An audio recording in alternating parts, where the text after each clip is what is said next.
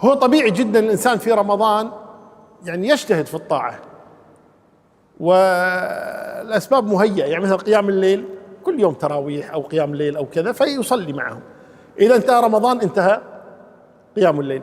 ختمة القرآن يختم في رمضان، كل الناس تختم، كل الناس تسأل ها ختمت ما وصلت كذا، بعد رمضان ينتهي. الصدقة كذلك، الذكر كذلك، حتى الصوم يعني بعد رمضان الإنسان يعني يضعف عنده موضوع الصوم، يعني كان رمضان صوم واجب لكن غير رمضان صوم مستحب.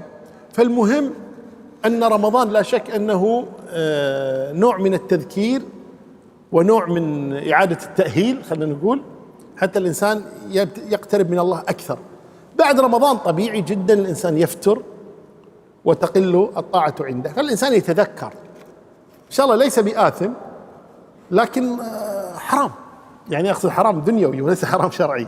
طيب إن الإنسان اعتاد على قيام الليل أو اعتاد على قراءة القرآن أو اعتاد على الصدقة أو اعتاد على بر الوالدين في رمضان فليستمر على هذا. هذه فرصة أن الإنسان يعني اعتادت النفس على هذا، يعني خلينا نقول كما قال الله تبارك: ونفسي وما سواها فألهمها فجورها وتقواها قد أفلح من زكاها، على التفسير بأن الذي زكاه هو الإنسان. طالما زكيت هذه النفس في رمضان استمر في تزكيتها حتى تستقيم لك هذه النفس. نعم.